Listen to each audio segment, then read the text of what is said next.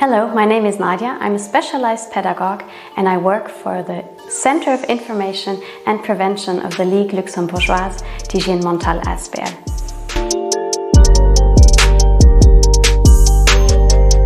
So we do know as a fact that many people feel uncomfortable talking about mental health. So the first advice is to acknowledge that you have realized something is off with someone. So you should not look away and you should think about how can I approach this person and maybe have a mental health conversation by feeling well. So you should first think about the place you'd like to have this conversation and maybe also the time. When do you feel comfortable talking to someone who may tell you that he's not doing well? And you should bring in a lot of time, and you should also not forget that the person you're talking to should also feel comfortable. It's a trustworthy environment that makes people open up, make them talk about what they really feel, what they're thinking about, and you should be open to this, and you should hopefully have a non-judgmental approach and listen very carefully what the person is telling you. This is the best you can do, and how can we find out if a person isn't feeling well? You should definitely ask the person. It seems so null asking, how are you? I've seen you've been off lately. I'm worried about you. It isn't a good idea to laugh about someone's worries. It's also not a good idea to turn them down, the worries, to think that, oh, well, I don't really feel the same way, and trying to make it all about yourself. You should acknowledge the worries they have, take them seriously, and you should definitely also not think that you always have a good advice to every worry the person is telling you. You should try to be calm, listen to the person and let them talk. So you should definitely talk less than the person. The hardest advice is not to judge why someone is talking to you.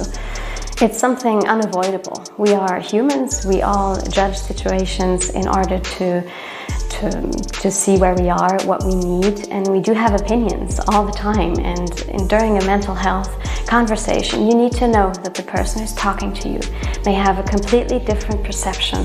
And in order to talk to this person and to emphasize with him, you need to lay off all your opinions, all your judgments, to make a trustworthy environment and to let this person get his worries off his chest.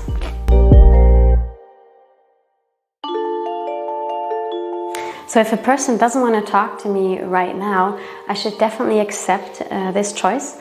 I should make sure that the person knows where I am, have my number, know that my door is open, and that whenever the person wants to talk, they can come and approach me.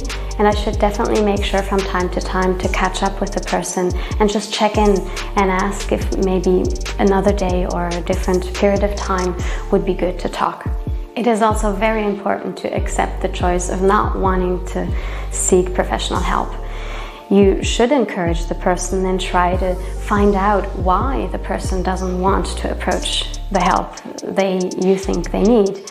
And often when the person explains and tries to tell you about their worries, why they do not want to approach professional help, you may be given the chance to give them more information, maybe more explanations, maybe there are some thoughts or some misunderstandings about what professional help is. So it is very important to acknowledge the choice of not wanting to get professional help and choosing the situation to ask why, and then trying to explain why you think it may be a good idea to seek professional help, but you should never force it up to someone. It should always be their choice, and you should always guide them and give them the information, stay open and connect with the person whenever they need more advice. This, of course, is different if you're in a crisis.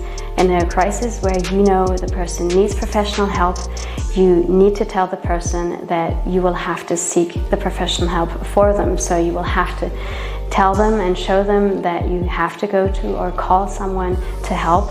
In a crisis situation, you should not hesitate to call an ambulance or call a professional help seeker.